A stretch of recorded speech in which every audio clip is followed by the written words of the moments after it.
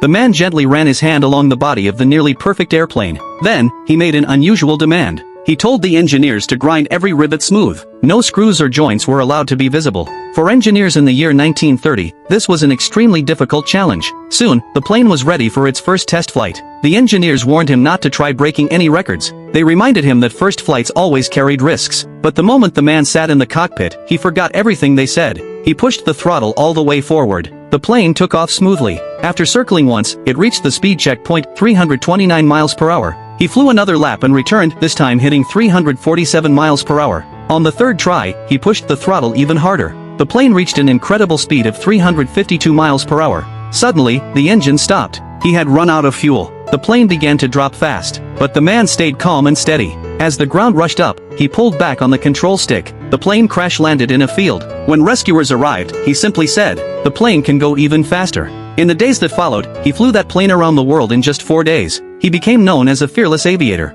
He also purchased Trans World Airlines. This caught the attention of the president of Pan American Airways. After entering the aviation business, the man set out to design a transport plane that could carry anything. If he could build it, he knew the military would order it. That's how the Hercules was born. He also built spy planes, cargo planes, and long-range passenger planes. When the Pan Am president heard he wanted to open international routes, he planted spies inside the Department of Defense. He wanted full control of all international flights. Meanwhile, the man prepared for the test flight of his spy plane. After 1.5 hours in the air, something went wrong. One engine stopped, and the plane dropped fast. From 3,000 feet to 2,000 feet. There was no clear spot to land. The plane crashed into a neighborhood, destroying several houses. The man was seriously injured. Before he could recover, bad news came. The war had ended, and all Hercules orders were cancelled. Even worse, one of his company's passenger planes had crashed. The entire company was grounded. To finish the Hercules, he had to mortgage his airline shares. Pan Am kept sending agents to search his house. He approached their top advisor to ask for peace, but the advisor warned him to give up the international routes, or he would be sued for war profiteering.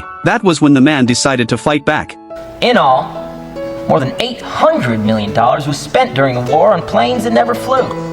Over $6 billion on other weapons that were never delivered. Yet, Hughes Aircraft, with her $56 million, is the only firm under investigation here today. Now, I cannot help but think that has a little more to do with TWA than planes that did not fly. His bold public speech turned the tide. The Hercules airplane became the center of national attention. When the giant plane was finally completed, he stepped into the cockpit and slowly pushed the control lever. Despite strong shaking, the aircraft, taller than a 5-story building, lifted into the sky. It became a symbol of future technology. The man once again became the greatest aviator in the world. And he didn't stop there. He began work on jet engines next.